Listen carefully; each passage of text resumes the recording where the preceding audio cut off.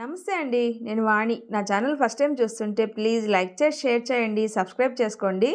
ఈరోజు మనం లహరి మహేందర్ గారు రచించిన 'తరాలు మారిన మారని తలరాతలు' అనే ఒక మంచి కథను విందాం. అబ్బా అమ్మా, ఇప్పటికిప్పుడు నువ్వు లీవ్ పెట్టమంటే పెట్టడానికి నేనేమి కాలేజీ స్టూడెంట్ని కాను. ఒక బాధ్యత గల ఏసీబీ ఆఫీసర్ని. ఏసీబీ ఆఫీసర్ అయినా కలెక్టర్ ఉద్యోగం చేస్తున్నా నాకు మాత్రం నా కూతురివే కాదనే హక్కు ఎవ్వరికీ లేదు. మంచి సంబంధం. నా మాట విను విజేత. చూడమ్మా, నీ మాట నేనేం వినను అనటం లేదు. ఇప్పటికిప్పుడు నువ్వు లీవ్ పెట్టమంటే పెట్టడం కుదరదు అని చెప్తున్నాను. వచ్చే శుక్రవారం నేను ఫ్రీగా ఉన్నాను. ఆ రోజు పెట్టుకుందాం పెళ్లి చూపులు. నీ సరదా నేనెందుకు కాదనాలి? కట్ చేస్తే అబ్బాయికి అమ్మాయి, అమ్మాయికి అబ్బాయి నచ్చారు కాబట్టి ఇంక మీరు మాట్లాడుకుంటే నిశ్చితార్థం ముహూర్తం పెట్టేస్తాను. ఏమంటారండి? పంతులు గారు, ఒక్క నిమిషం, నేను అబ్బాయితో కాస్త మాట్లాడాలి. విజేత, ఏంటే ఇది? క్షమించాలి, ఏదో తెలియనితనం కొద్దీ అంటుంటే. అమ్మా, నువ్వు కాస్త ఉంటావా? ఇది నా లైఫ్. ఇప్పుడు కూడా నన్ను మాట్లాడనివ్వవా? అయ్యో, పర్లేదు ఆంటీ. నిజం చెప్పాలంటే నేను కూడా తనతో మాట్లాడాలని ఎదురు చూస్తున్నాను. విజేత గారు, మీ ఫోటో చూపించగానే the great ACB officer Vijetha గారితో కాసేపైనా మాట్లాడొచ్చు అని పెళ్లి చూపులకు వచ్చాను. నేను మీ ఐడియాలజీకి చాలా పెద్ద ఫ్యాన్ అండి. సో నా గురించి అన్నీ తెలిసే పెళ్లి చూపులకు వచ్చారు కాబట్టి డైరెక్ట్గా పాయింట్కే వచ్చేస్తున్నాను. ఇప్పటి వరకు నా శాలరీలో సగం నేను అడాప్ట్ చేసుకున్న పిల్లల చదువు కోసమే యూజ్ చేస్తున్నాను. పెళ్ళయ్యాక కూడా అది అలాగే కంటిన్యూ అవుతుంది. దానికి మీరు ఒప్పుకున్నట్లయితే ఈ పెళ్ళికి నాకు ఎలాంటి అభ్యంతరం లేదు. చెప్పాను కదండి, మీరంటే నాకు చాలా అభిమానం అని. మీ అంత రేంజ్ కాకపోయినా నేను గవర్నమెంట్ ఎంప్లాయీనే. మీ శాలరీ మీ ఇష్టం. క్లిష్ట పరిస్థితుల్లో తప్ప మీ శాలరీ గురించి ఆలోచించాల్సిన అవసరం నాకు లేదు. ఇకనైనా ఈ పెళ్ళికి మీరు గ్రీన్ సిగ్నల్ ఇచ్చినట్లయితే ఒక్కసారి ప్రేమగా మీ నోటి నుండి నా పేరుని పిలిస్తే వినాలని ఆశిస్తున్నాను. విజేత కొంచెం సంకోచిస్తూ, ఐఎమ్ సారీ అండి. ఇంత చెప్పినా మీకు నా మీద నమ్మకం కలగలేదా విజేత గారు? అయ్యో, అలా అని కాదండి. నేను చెప్పిన దానికి ఒప్పుకున్నప్పుడు ఆలోచిద్దాంలే అని కనీసం మీ పేరు కూడా అడగలేదు అమ్మని. అందుకనే మీ పేరు తెలియక పిలవలేకపోతున్నందుకు ఐఎమ్ సారీ. అంటే మీకు నన్ను పెళ్లి చేసుకోవడం ఇష్టమేనా? యాహూ అంటూ హూ ఐయామ్ సారీ మీరు ఒప్పుకున్న ఆనందంతో కొంచెం ఎగ్జైట్ అయ్యాను. ఐయామ్ చైతన్య. పీపీపీ డుమ్ డుమ్ డుమ్ మధ్య విజేత చైతన్యల వివాహం అంగరంగ వైభవంగా జరిగిపోయింది అనుకున్నారా? సింపుల్గా రిజిస్టర్ మ్యారేజ్లో పెళ్లి చేసుకొని చిన్న రిసెప్షన్ పార్టీ అరేంజ్ చేసుకున్నారు. 8 ఏళ్ల తర్వాత. ఇప్పటికే నువ్వు నాకన్నా హయ్యర్ క్యాడర్లో ఉన్నావు. ఇంకా ఇప్పుడు నువ్వు ఈ ప్రమోషన్ తీసుకోవడం అవసరమా? నాకైతే ఇష్టం లేదు. మొగుడి పర్మిషన్తో సంబంధం లేదు అనుకుంటే నీ ఇష్టం వచ్చినట్టు తగలడు అని తిట్టి బయటికి వెళ్ళిపోయాడు చైతన్య. స్టడీ రూమ్లో పిల్లలకి ట్యూషన్ చెప్తూ ఇదంతా విన్న సునీతకు విజేతను చూస్తే చాలా జాలేస్తుంది. ఏంటక్క ఇది? ప్రతిరోజు మా నాన్న నిన్నే ఇన్స్పిరేషన్గా తీసుకొని చదవమని నాకు చెప్తూ ఉండేవాడు.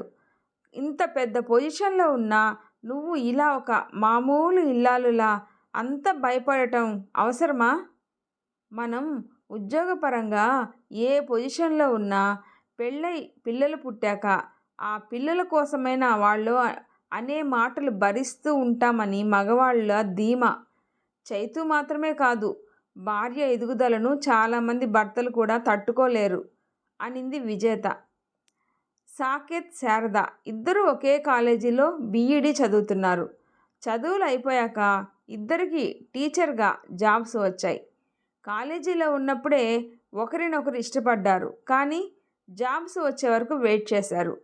పోస్టింగ్స్ ఇవ్వగానే సాకేత్ వాళ్ళ పేరెంట్స్తో శారద వాళ్ళ ఇంటికి వెళ్ళి పెళ్లి సంబంధం గురించి మాట్లాడారు.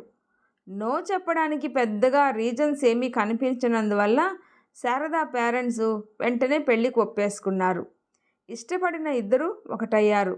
కొత్త ఉద్యోగం, పెళ్లి చేసుకొని కొత్తగా జీవితాన్ని మొదలుపెట్టారు. ఆనందంగా సాగిపోతున్న వాళ్ళ జీవితంలో సంవత్సరాలు క్షణాల్లో కరిగిపోయాయి. శారదాకు ఉన్న మెరిట్ మార్కులకు తోడు మహిళా కోటాలో పోటీ ఎక్కువగా లేనందున శారదాకు టీచర్ నుండి హెడ్ మాస్టర్గా ప్రమోషన్ వచ్చింది. నీకేమైనా పిచ్చి పట్టిందా శారదా? హెడ్ మాస్టర్గా ప్రమోషన్ తీసుకుంటే బాధ్యతలు పెరుగుతాయి. అప్పుడు ఇంట్లో పిల్లల చదువు బాధ్యత ఎవరు తీసుకోవాలి? ప్రమోషన్ తీసుకుంటే ఇది పరిస్థితి అని నీకు చెప్పటం లేదు. నువ్వు ప్రమోషన్ తీసుకోవడానికి వీలు లేదు అని ఆర్డర్ వేస్తున్నాను అన్నాడు. మంచి కాలేజీలో ఫ్రీ సీటు వచ్చిందని ఎంతో ఆనందంగా తనకు చదువు చెప్పిన గురువైన శారదాకు స్వీట్స్ తీసుకుని వచ్చిన సునీత ఇదంతా విని షాక్ తినింది. మేడం, మీరు మామూలు టీచర్గా ఉంటేనే మాలాంటి ఎంతోమంది విద్యార్థులను చక్కదిద్దారు. అలాంటి మీరు హెడ్ మాస్టర్ అయితే సమాజానికి ఇంకా ఎంతో మేలు జరుగుతుంది కదా మేడం. ప్లీజ్ మేడం, సార్ని ఎలాగైనా ఒప్పించి మీరు ప్రమోషన్ తీసుకోండి మేడం. నీకు తెలియదు సునీత, మీలాంటి స్టూడెంట్స్ అందరికీ మేము పాఠాలు చెప్తే జీవితానికి సరిపడా గుణపాఠాలు చెప్పేది మగవాళ్ళు. ఆడవాళ్ళు ఎంతగా ఎదిగినా కూడా ఇంకా వాళ్ళ జీవితాన్ని శాసిస్తూనే ఉన్నారు ఈ మగవాళ్ళు. కొన్ని సంవత్సరాల తర్వాత ఉమెన్స్ డే సందర్భంగా ఒక మహిళా సంఘం వాళ్ళు నిర్వహిస్తున్న కార్యక్రమంలో అక్కడి వాళ్లకు అన్నీ సమకూరుస్తూ ఉన్నాడు సర్వెంట్ ఆనంద్. వాళ్ళ నాన్నను చూసి అటుగా వెళ్తున్న అతని కూతురు దూరం నుండి నిలబడి ఆ కార్యక్రమాన్ని చూస్తూ ఉంది. ఆ కార్యక్రమానికి అధ్యక్షత వహించిన ఒక పెద్దావిడ ఇలా మాట్లాడుతూ ఉంది. ప్రతి మగాడి విజయం వెనుక ఒక ఆడది ఉంటుంది అనేది ఒకప్పటి మాట. కానీ ఉద్యోగం చేసే ప్రతి ఆడదాని విజయం వెనుక ఆమె భర్త ఉంటాడు అనేది నేటి మాట. దానికి ఉదాహరణ మన ముందు ఉన్న చైతన్య మరియు సాకేత్. నేనన్న మాటలకు నిదర్శనంగా వాళ్ళ భార్యల పెదవులపైన చెరగని చిరునవ్వు మీరందరూ చూడొచ్చు. ఇప్పుడు అంత గొప్ప చైతన్య సాకేతులను మన మహిళా సంఘం తరపున సన్మానించడానికి స్టేజ్ మీదకి రావాల్సిందిగా సాదరంగా ఆహ్వానిస్తున్నాను. నా భార్యను చూస్తుంటే ఎంతో గర్వంగా ఉంది. ఎంతో ధైర్యంగా లంచగొండులను చట్టానికి పట్టించి తన కర్తవ్యం నిర్వహిస్తుంది. అలాంటి గొప్ప వ్యక్తికి భర్తనైనందుకు చాలా సంతోషంగా ఉంది అంటూ ముగించాడు చైతన్య. ఆడవాళ్ళు అన్ని రంగాల్లో దూసుకెళ్ళాలి, అప్పుడే దేశం కూడా అభివృద్ధి చెందుతుంది. అలాంటి ఎందరినో తీర్చిదిద్దుతున్న నా భార్య శారదాను చూస్తుంటే నేను తన దగ్గర ఎంతో నేర్చుకోవాలి అనిపిస్తుంది అని నక్కతోలు కప్పుకొని మాట్లాడుతున్న సాకేత్ని అలాగే చూస్తూ ఉండిపోయింది శారద. ఆ మహిళా సంఘం వాళ్ళు చేస్తున్న సన్మానానికి వాళ్ళిద్దరూ అర్హులు కారు అని గొంతెత్తి చెప్పాలని ఉన్నా తమ ఇష్టాలు జీవిత అభివృద్ధి కంటే కూడా ప్రపంచ సమాజంలో గౌరవమే ముఖ్యమని బ్రతికే సగటు ఆడవాళ్ళలా అలా మౌనంగా చూస్తూ ఉండిపోయారు విజేత మరియు శారద. ఎప్పుడెప్పుడు వాళ్ళ నాన్న ఇంటికి వస్తాడా అని గుమ్మంలో ఎదురు చూస్తూ ఉంది సునీత. అక్క, నువ్వు గేట్ దాకా వచ్చిన నాన్న ఇంట్లోకి రాకుండా పోతాడా అని ఆట పట్టిస్తూ ఉన్నారు సునీత వాళ్ళ అన్న తమ్ముడు. వాళ్ళ నాన్న రాగానే అతనిని ఒక కుర్చీలో కూర్చోబెట్టి అతని పాదాలు కడిగి ఆ పాదాల మీద పువ్వులు చల్లి యూనివర్సిటీలో వచ్చిన గోల్డ్ మెడల్ను అతని పాదాల దగ్గర ఉంచి నోట్లో స్వీట్ పెట్టి క్యాంపస్ సెలక్షన్లో తనకు వచ్చిన జాబ్ లెటర్ కూడా వాళ్ళ నాన్న చేతిలో పెట్టింది. అసలు నోట్లో నుంచి మాటలు కూడా రావట్లేదు. ఆనందంతో కళ్ళు చెమ్మగిల్లుతుంటే, ఏంటమ్మా ఇది, ఇన్ని సంతోషాలు ఒకేసారి చెప్తే ఈ ముసలి గుండె తట్టుకుంటుందా? అయినా నువ్వు కష్టపడి తెచ్చుకున్న నీ గోల్డ్ మెడలు దేవుడు పటాల దగ్గర పెట్టి ఆశీర్వాదం తీసుకుంటే బాగుండేది. ఇలా సరస్వతీ మాతను నా పాదాల దగ్గర పెట్టి అవమానించొచ్చా? మీరు ముసలివాళ్ళేంటి నాన్నా, మీరు నిజంగానే నా పాలిట దేవుడు. ఎవరో కని చెత్త కుప్పలో పడేస్తే ఇంటికి తీసుకురావడమే మహాభాగ్యం అనుకుంటే మీ పిల్లల కంటే ఎక్కువగా నన్ను చదివించారు. నా అంత అదృష్టవంతురాలు భూమి మీద ఉంటుందా నాన్న? మనసు నిండా కుళ్ళు, ఒంట్లో నిలువెల్లా మగవాళ్ళు అనే అహంకారంతో ఇంట్లో ఒకలా, సమాజం ముందు ఒకలా నటించే మనుషులకే ఇవాళ అంత గొప్ప సన్మానం జరిగితే మీలాంటి వాళ్ళకి నేను చేసిన సన్మానం ఏ పాటిది నాన్న? అలా అయితే నువ్వు నాకు చేసిన ఈ సత్కారం నీ చదువుకు ఆర్థికంగా సహకారం అందించిన విజేత మేడంకు, అలాగే నిన్ను ఈ స్టేజీలో చూడాలి అని ఎంతో తపనపడి నీకు చదువు చెప్పించిన శారదా మేడంకు చెందాలి ఈ సత్కారం.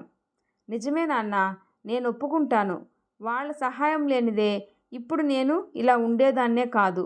కానీ నేనంటూ ఉన్నాను అంటే అది ఆ రోజు మీరు కాపాడటం వల్లనే కదా. మీ పేరులో ఉన్న ఆనందం నలుగురికి పంచాలి అనే మంచి మనసు నాన్న మీది. మీ కూతుర్ని అని చెప్పుకోవడానికి ఎంతో గర్వపడుతున్నాను నాన్న అనింది సునీత. ప్రతి మగవాడి విజయం వెనుక ఓ ఆడది ఉంటుందో లేదో తెలియదు, కానీ ప్రతి ఆడదాని విజయం వెనుక మాత్రం ఆమె తండ్రి శ్రమ, ఆనందం, నేనున్నాను అనే ధైర్యం మాత్రం తప్పకుండా ఉంటుంది. ఈ వీడియో నచ్చితే ప్లీజ్ లైక్ చేసి షేర్ చేయండి, సబ్స్క్రైబ్ చేసుకోండి. స్టోరీ ఎలా ఉందో తప్పకుండా కామెంట్ చేయండి. ప్లీజ్ సపోర్ట్ చేయండి. Thanks for watching.